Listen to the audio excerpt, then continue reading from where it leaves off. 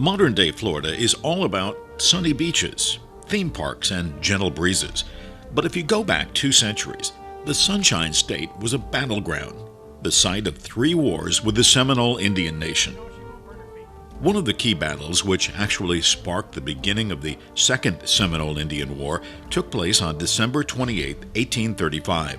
It became known as the Dade Massacre. 6 days earlier, Major Francis Dade set out with 110 men from Fort Brooke in Tampa.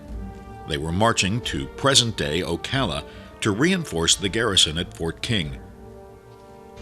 When they got near what is now the town of Bushnell, Florida, about 50 miles northeast of Tampa, they were ambushed by Indians and escaped slaves who had been given refuge by the tribe.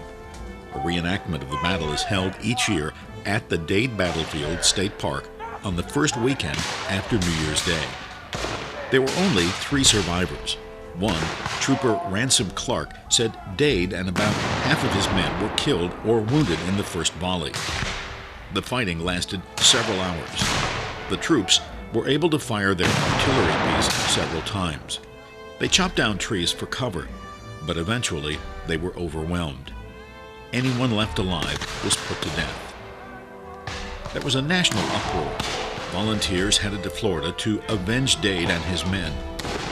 The Second Seminole Indian War lasted 7 years until 1842.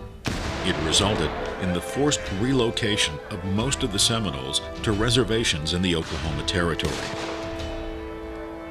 The Seminoles were clearly victims of American manifest destiny. The First Seminole Indian War ended in 1819 with a treaty giving the tribe a large part of central Florida as a homeland. But settlers and runaway slave hunters routinely violated the treaty, which led to the Second War. The battlefield park covers 80 acres. There's a small museum and several other permanent buildings. Reenactors camp at the site during the weekend and give impromptu history lessons to visitors.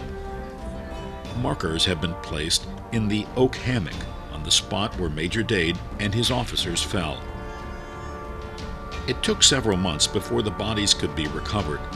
They were eventually reburied in the National Cemetery in St. Augustine, along with approximately 1,900 other soldiers killed in the 3 wars.